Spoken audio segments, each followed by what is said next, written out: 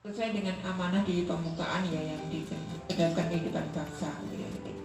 Dari tujuan pertama tadi maka ditawarkan kurikulum yang seharusnya memang tadi kalau di sini di buku itu ditawarkan tentang peta jalan pendidikan. Peta jalan pendidikan dimulai dari 2022 sampai 2045 gitu ya, dimana nanti harapannya anak-anak yang sekarang usia 10 sampai 20 tahun itu kedepannya di 2045 itu bisa menjadi anak yang sudah siap memimpin gitu ya. Jadi kalau Rasulullah itu kan diberi wahyu pertama itu usia 40 tahun ya Nabi ya. Jadi usia matang untuk siap menjadi pemimpin gitu ya. Pemimpin dalam segala bidang gitu ya. Rasulullah bisa mengatakan Rasulullah hanya ada tadi peta jalan pendidikan yang memang itu pemerintah sebenarnya sudah menjalankan itu ya. Kalau sekarang ada yaitu dikumpulkan dalam kurikulum merdeka, dalam kampus merdeka ya. Orang ya secara pelaksanaannya mungkin memang semua tetap berproses dan ada hal-hal yang kurang dan yang masih butuh disempurnakan gitu ya. Jadi tadi peta jalan pendidikan gitu, itu tadi kurikulum yang akan. Nah, di sini untuk dalam peta jalan pendidikan ini kurikulum pendidikan itu ada tiga tahapan utama ya yang harus dilakukan dalam proses itu ya. Yang pertama adalah bagaimana merumuskan bahwa kemajuan bangsa berdasarkan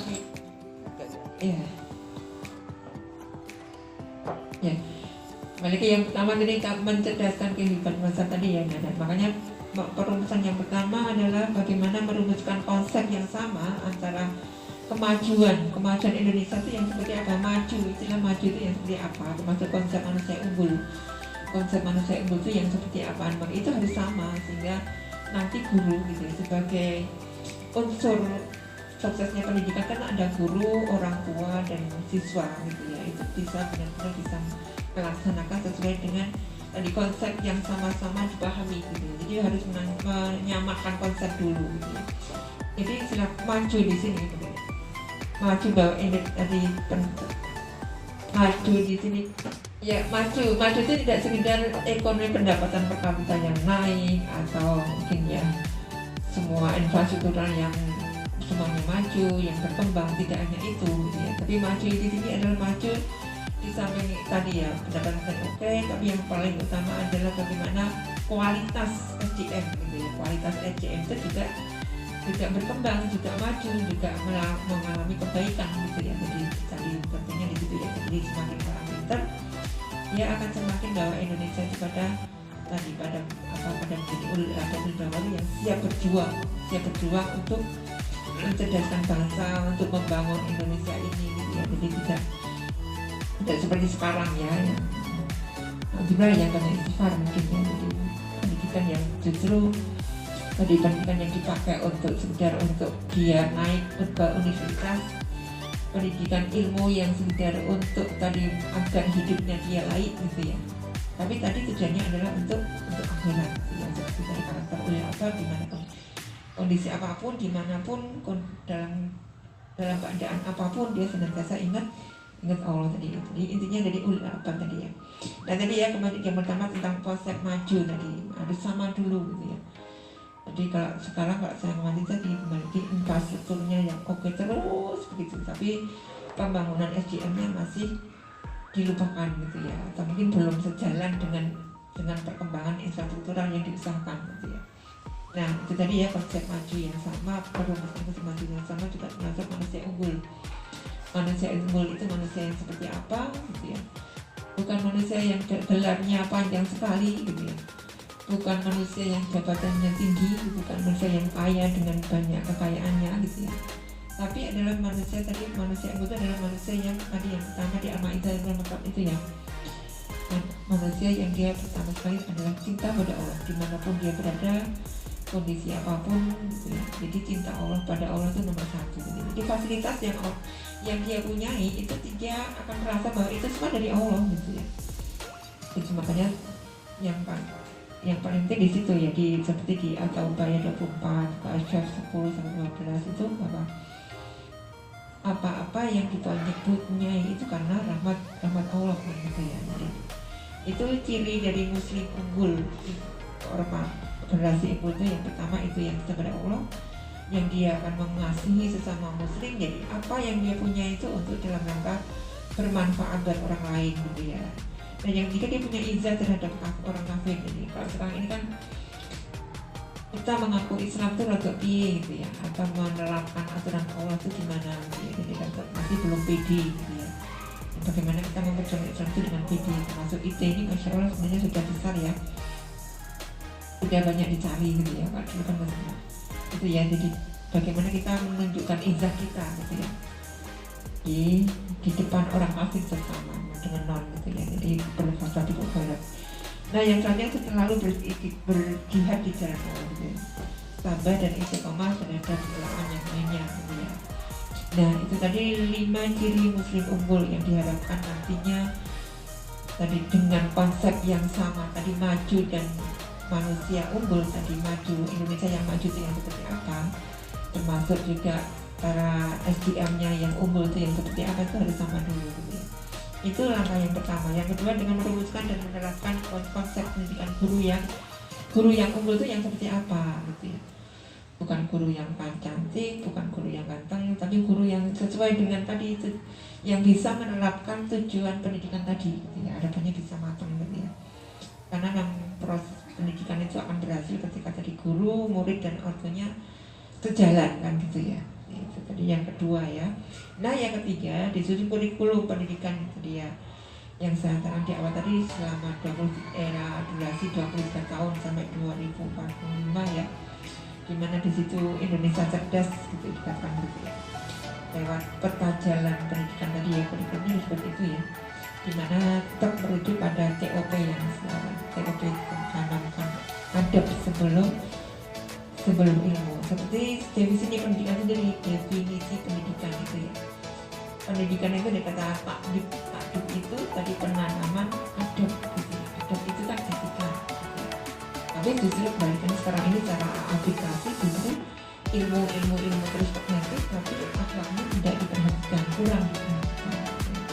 Itu ya, itu bisa definisi pendidikan seperti itu ya. Nah itu ya, jadi nah tadi baru tahapan, kita tahapan pertama yang perlu kita sampaikan ya. Ada 5 kunci sukses pendidikan menurut kajian seperti itu ya. Niat yang ikhlas, kemudian worldview yang benar. Niat ikhlas kalau paham semuanya ya, bahwa apapun yang kita lakukan itu untuk ridho Allah, maka kita harus lakukan sebaik mungkin kan gitu ya. Itu intinya begitu ya. Jadi ilmunya untuk diamalkan untuk ridho Allah gitu. Peduli nanti saya dikasih gaji berapa, amalan berapa gitu, seperti itu ideal ya. Tapi itu nomor kesekian karena ridho Allah itu benar.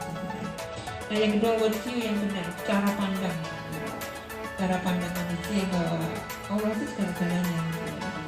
Dia punya ilmu banyak, bagaimana dia seharusnya yang dia terapkan gitu ya. Kalau sekarang ada itu ya, apa bu, tag free apa bu, tag free. Jadi cara pandang manusia bahwa apapun yang dia punya itu milik dia menafikan Allah, dia mencari Allah, bahkan dia merasa support sendiri gitu ya. Badanku kan milikku gitu ya. Apapun yang ada kan milikku, jadi semau aku gitu. Itu kan sama saja sudah mengingkari Allah gitu ya, mengingkari Allah, mengingkari kuasa Allah yang harus kita kanut gitu ya. Nah itu kan cara pandangnya seperti itu, bahwa manusia yang paling mulia itu adalah yang paling takwa di depan Allah gitu ya. Saya kata apapun dia tetap dia harus manut aturan Allah. Tadi worldview tadi ya, worldview yang benar tentang itu. Masuk juga yang ketiga adalah konsep ilmu dalam Islam. Jadi konsep ilmu dalam Islam di sini tadi benar lagi bahwa ilmu itu butuh dicari, bukan ilmu itu mendatangi, tidak. Tapi kita butuh mendatangi ilmu, itu yang pertama. Bagaimana dengan adab ilmu, kemudian juga bahwa pendidikan termasuk ilmu juga itu adalah dalam rangka untuk mengabdi pada Allah saja, atau khalifah fi'at, itu yang perlu kita pandangkan ya. Jadi tidak sekedar untuk mencari jabatan, tidak sekedar untuk mencari pekerjaan, tidak sekedar untuk mencari hidup yang layak, tapi tadi bagaimana kembali lagi ke ridha Allah lagi gitu ya, ke sana semuanya. Nah itu ya yang ke berapa worldview, konsep ilmu yang benar. Kemudian sejarah Nah sekarang ini masalah sejarah ya, ada korupsi sejarah ya. Padahal keberadaan Indonesia itu kan awalnya dimulai dari para ulama Islam ya, yang insya Allah perjuangannya luar biasa, termasuk teks dari dari Undang-Undang Dasar sendiri itu kan juga berdasarkan atas rahmat Allah yang maha esa, maha kuasa waktu itu ya. Tapi kemudian terus direvisi sehingga harapannya memang banyak tadi direvisi sehingga Islam itu tidak kelihatan gitu ya. Dan termasuk pelajaran-pelajaran kan nggak jarang ya ada tokoh-tokoh Islam dalam buku itu ya, termasuk muatan sejarahnya juga jarang. Nah itu PR kita bersama, gimana dalam pendidikan itu kita menanamkan tadi bahwa tadi apa-apa itu dari yang besar dari para ulama, para sahabat Rasulullah, sehingga idolanya juga idolanya tokoh-tokoh Islam, bukan tokoh-tokoh Barat kan gitu ya. Nah itu ya, jadi termasuk tadi mengislamisasikan ilmu kontemporer yang ada gitu ya, itu bagian dari PR kita ya. Jadi tidak sekedar ilmu sekuler akhirnya yang masuk gitu ya, tapi bagaimana pelajaran matematika, fisika, bahasa Indonesia semuanya itu diislamisasi sehingga nilainya nggak hanya nilai duniawi saja, tapi ada nilai ilahiyah, ada nilai ekonomi di sana. Itu PR kita sebagai pendidik muslim ya. Nah itu ya beberapa hal ya di sejarah ya, perlu kita sendiri lah. Jadi tentang sejarah kan sedikit sekali ya ilmunya ya. Padahal Quran itu banyaknya, tentang sirah itu banyak sekali di sana ya, kehidupan para nabi dan Rasul. Nah yang kelima, keterampilan komunikasi dan lisan maupun tulisan itu yang penting, dan perlu kita meningkatkan kapasitas kita tentang komunikasi sehingga tujuan dari pendidikan itu akan tercapai. Ya itu ya. Yang terakhir, bagaimana pendidikan itu bisa mendewasakan anak pada waktunya dengan cara memberi tanggung jawab gitu ya. Jadi apa-apa yang dia lakukan sekecil apapun harus dia bertanggung jawabkan gitu ya. Sehingga tadi kembali insya Allah akan muncul orang generasi yang beradab, baik beradab terhadap Allah, terhadap Rasul, terhadap orang tuanya, karena gurunya gitu ya, adab terhadap teman-temannya, adab terhadap lingkungannya, itulah yang dikehendaki gitu ya. Jadi pendidikan yang mencerdaskan bangsa yang senantiasa beramal pada Allah, bertakwa dan beramal semaksimal mungkin yang apa yang sesuai dengan apa yang dia punya. Itu ya kurikulum yang diusulkan oleh Adian Hussein. Jadi insya Allah kalau di IT ini sejak awal sudah dirumuskan bahwa dengan Jumhuriyatul Islam itu sudah diterapkan itu ya. Jadi apapun yang kita lakukan dari bangun tidur sampai tidur lagi itu adalah dalam rangka untuk ridha Allah, masuk sekolah dan masuk sekolah, kerja semuanya gitu. Ya insya Allah cukup, mungkin kayaknya nggak bisa menyelesaikan gitu ya. Jadi kalau dari halamannya itu luar biasa ya, kalau didetailkan secara Masya Allah itu panjang dan butuh waktu banyak gitu ya. Nah intinya itu ya, untuk kurikulum peta jalan pendidikan dari tahun 2022 sampai 2045 katanya menjadi generasi dalam usianya 40 tahun. Sebenarnya lama.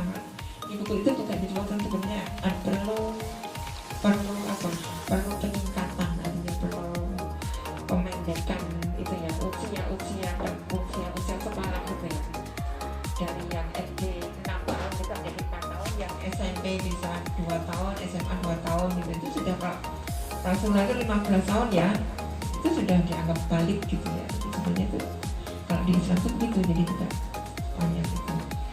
Itu insya Allah cukup, banyak kekurangan saya yakin gitu ya, banyak maaf. Dan kembali lagi semoga kita semua menjadi guru-guru, menjadi ulil albab yang bisa mencetak generasi cerdas yang yakin dikehendaki Allah SWT sesuai di Ali Imran 190 sampai 191 itu ya, dan menjadi amal jariah dengan semua, selamat berjuang buat Bapak dan Ibu semuanya. Banyak maaf gitu ya, ini bab 2 masih bab 3 nanti tentang guru itu sendiri gitu ya. Jadi ya banyak maaf sekali lagi, billahi taufiq wal hidayah. Assalamualaikum warahmatullahi wabarakatuh. Waalaikumsalam warahmatullahi wabarakatuh.